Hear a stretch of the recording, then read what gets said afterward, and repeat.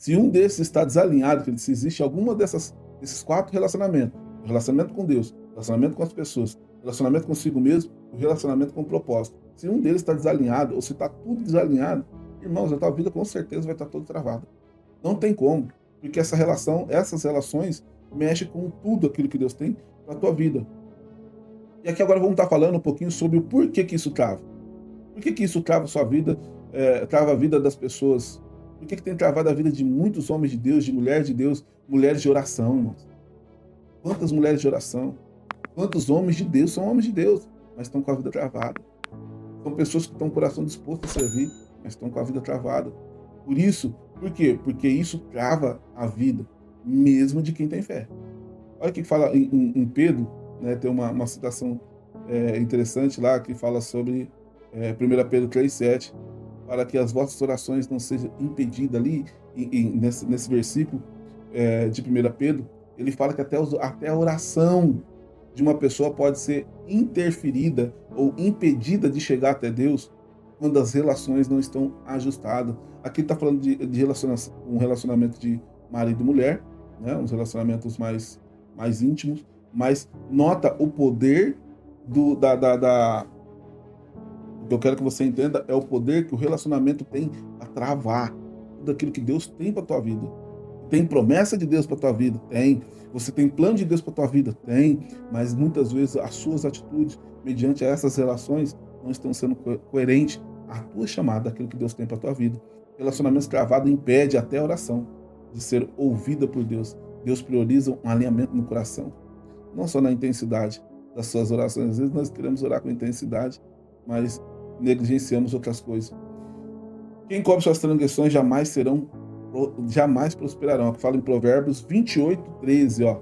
Quem cobre suas transgressões jamais prosperará. E aqui eu quero falar para você, então, aqui, vamos lá, nos 4. O que fazer, então, Edvaldo, para restaurar esses quatro relacionamentos?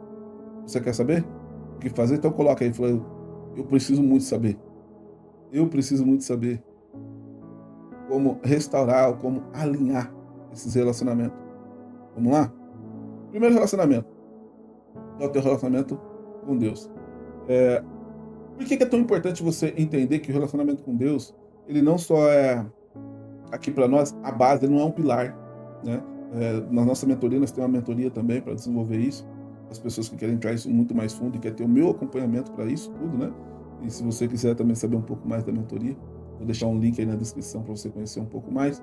Ou você pode também entrar em contato comigo no WhatsApp, que também vai estar aí no link da descrição.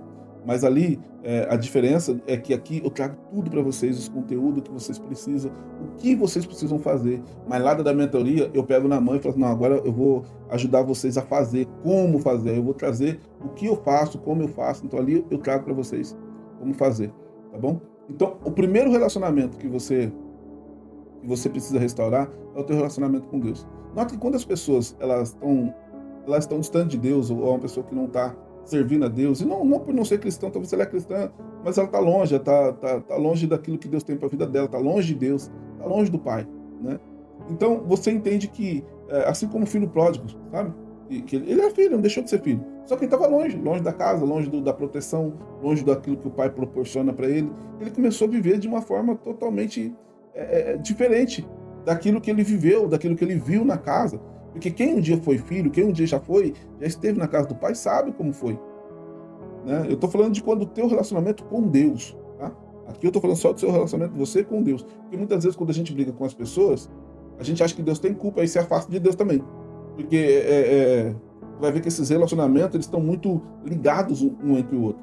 Então, ao mesmo tempo que você está ali talvez brigado com o irmão, brigado ou desalinhou com o pastor, com o líder, com qualquer outra pessoa, automaticamente você acaba se afastando do lugar de onde você tinha que estar, você acaba se afastando da posição que você deveria estar ocupando, você acaba se afastando do caminho que você estava indo.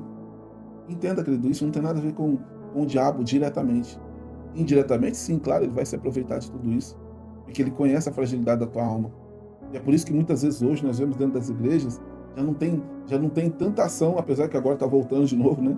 As manifestações dentro das igrejas, devido a todo o cenário que a gente está passando ultimamente, mas para outro vídeo, eu não vou nem entrar nisso aí agora, mas você vai ver que não tinha tanta manifestação, hoje está tendo já de novo. Por quê? Porque a manifestação do inimigo, principalmente dentro das igrejas, se dá por conta do quê? De um espírito que se apossou do corpo internamente. Mas você vai ver que a maior opressão não é daquele quando ele entra, a maior opressão é quando ele está fora, sabe? Aquela voz que fala na tua mente. É por isso que hoje em dia a opressão ela é mais destrutiva do que propriamente a possessão, que é quando o espírito entra dentro. A opressão, o espírito está fora, e a possessão, o espírito está dentro. Então, os dois é destrutivo, sim, mas a opressão é o que oprime. Então, você pode estar passando por diversas opressões. Sabe por quê? Porque está dando ouvido a muitas coisas. Então, o seu relacionamento com Deus revela a tua identidade. Nota que quando o filho pródigo ele sai da casa do pai, e ele começa então a gastar tudo aquilo que era dele, o pai entrega para ele, e quando ele volta, ele fala assim: levantar-me-ei, irei ter com meu pai. Até os seus empregados vivem melhor do que eu estou vivendo. Sabe o que ele está falando? Ele falou assim: nem que meu pai for me tratar como se fosse um dos seus empregados, vou viver muito melhor do que eu estou vivendo aqui. Sabe o que ele está falando? Ele está falando da identidade. Ele falou assim: eu não estou falando que eu não quero nem ser reconhecido como filho, não. Eu só preciso voltar para casa do meu pai para ser tratado como os empregados dele, já está bom. Do jeito que eu estou vivendo aqui, eu não estou conseguindo nem ser o servo. Os servos do meu pai vivem melhor do que eu estou vivendo. Ele entende quem ele era. Ele entende do que ele se afastou. E ele sabe que agora ele precisa voltar. Nem se for só para ser um servo. Eu não preciso nem ser filho. O que eu fiz, talvez, não sei se o pai vai me perdoar. Mas nota que é tão maravilhosa essa passagem, que quando o filho pródigo volta, né, a passagem conhecida como filho pródigo, quando esse filho volta para a casa do pai, ele está voltando para casa, mas quem vê ele não é o filho que vê o pai é que vê o filho primeiro. Irmãos, eu não sei se você se atentou a isso, mas é importante você, é uma parte importante, sabe por quê? Porque nota, para quem está voltando para casa, eu quero que você imagine a cena de um filho voltando para casa. Ele não tinha que estar olhando para a casa do pai. Um filho que está olhando, que está voltando para casa, ele não tinha que estar olhando para ver quem está vindo, quem está lá na frente, ele não tinha. Mas a Bíblia fala que não foi o filho que viu primeiro, foi o pai que viu o filho. Significa que o pai estava a todo momento, irmãos. Para mim isso é muito forte, porque me traz a imagem de um pai que estava ali talvez todos os dias olhando para aquela estrada, falando: será que meu filho um dia volta? Será que meu filho vai voltar? Eu tenho fé que um dia meu filho vai voltar. Eu oro todos os dias para meu filho voltar. E ali o pai contempla a vinda do filho. Eu fico imaginando o coração do pai: andar do meu filho. Meu filho está voltando para casa, meu Deus. Oh, meu Deus, eu fico imaginando o pai em lágrimas, olhando e vai de encontro com esse filho. E o que me faz entender, irmãos, por que o filho não consegue ver o pai? Por que o filho não viu primeiro? Se ele que estava voltando, se ele estava voltando, ele sabia que ele poderia encontrar alguém. Por quê? E aquilo eu falo de mim, eu falo dentro da minha interpretação aqui. Olhando para você, talvez o filho estava voltando cabisbaixo, mano, olhando para o chão. Talvez com várias indagações: será que meu pai vai me aceitar? Será que meu pai vai me xingar? Será que meu pai vai brigar comigo? Como será que vai ser? Como vai ser a recepção do meu pai? Ele mal viu o pai vindo, chorando, talvez. Abraçar ele, irmão, isso é muito forte. Eu sei que eu estou falando com pessoas aqui que sentem que a relação com o pai se esfriou em algum momento, irmãos. E se existe um espírito de acusação sobre a tua vida, eu repreendo agora. No nome de Jesus, porque o pai está ansioso na tua volta. O pai, ele precisa, eu não estou falando de você voltar para a igreja local, irmãos, eu estou falando para você voltar para um lugar de filho. E quando o filho pródigo volta para casa, ele querendo ser tratado como um servo. Sabe o que é servo, irmão? É aquelas pessoas que muitas vezes estão na igreja, estão servindo ali, são ministerialmente, estão servindo, mas estão distante do pai. Olha, o irmão do filho pródigo estava na casa, irmão, mas ele estava distante do pai. Ele não estava usufruindo do que o pai tinha, mas ele estava na casa, ele estava servindo. Tanto é que a indagação do irmão do filho pródigo foi justamente essa: eu que estou aqui te servindo, eu que estou na tua casa aqui te servindo. Sabe o que é isso? Isso traz muito mais frustração do que aquele que desviou. Talvez você está aí servindo a Deus, você tem ministério, você tem chamada, mas está todo arrebentado, está com a casa toda destruída. Sabe por quê? Porque o teu relacionamento com o pai está desalinhado, o seu relacionamento com o pai está desajustado, e você precisa olhar para isso com atenção. Você precisa olhar isso, parar de olhar de uma forma religiosa para o pai, porque o pai não te vê assim. O pai não te vê assim. O que o pai está querendo é que você tenha com ele é uma relação de pai e filho, de intimidade. O pai quer ver a fusão.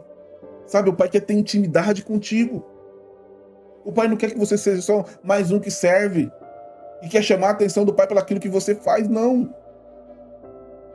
O Pai quer restaurar com você a intimidade que Ele um dia talvez teve contigo. Amém, queridos? Então restaure isso. Restaure isso da tua forma, do teu jeito. Segundo relacionamento. Antes, deixa eu falar para você, ó. Anote aí, Romanos 8,15. Recebeste o espírito de adoção, pelo qual clamamos, Abba Pai. Deus quer restaurar a sua identidade como filho. E foi isso que ele fez com o filho pródigo. Tira essa roupa dele, essa roupa de servo. Coloca uma roupa de filho nele. Coloca um anel no dedo dele. Um anel de selar. Esse anel é o anel que declara quem ele é para mim. Sandália, coloco. Oh, irmão, isso é tão maravilhoso. É tão maravilhoso. Essa identidade com Deus quando ela é restaurada. Então restaure. Isso é uma das coisas que restauram quando você restaura o relacionamento com Deus. É a sua identidade de filho, não de servo. Não apenas de servo. Segundo relacionamento com as pessoas. Irmãos, aqui não tem como a gente falar sobre relacionamento com as pessoas sem falar do perdão. O perdão foi algo que Deus... Sabe, tem duas coisas que não tem perdão para Deus. A blasfêmia contra o Espírito Santo e quando você não perdoa. Porque na oração, que é a oração modelo que a gente chama de oração do Pai Nosso, ele fala assim, que se você não perdoar os que te ofenderam, Deus também não vai te perdoar. Eu não sei o quanto isso é grave para você. Mas sabe por que a gente tem tanta dificuldade de perdoar? Porque a gente ainda não entendeu o perdão que nós recebemos. Sabe por que você tem tanta dificuldade de perdoar? Porque você não entende que o perdão não é para o outro, é para você. O perdão não é para liberar o outro, é para você. O perdão não quer dizer que o outro não errou, não. O perdão só é uma forma de resolver o que não tem outro jeito de se resolver, não ser perdoando. Talvez a pessoa errou com você de uma forma tão grave que não tem como ela te pagar, não tem como ela ressarcir, não tem como ela te restituir. O único jeito de você zerar isso é perdoando e acabou. É perdoando. Por quê? Mas como assim, João? Porque a pessoa talvez ela não vai te pedir perdão. A pessoa não vai reconhecer. Então, e aí, você vai ficar amarrado?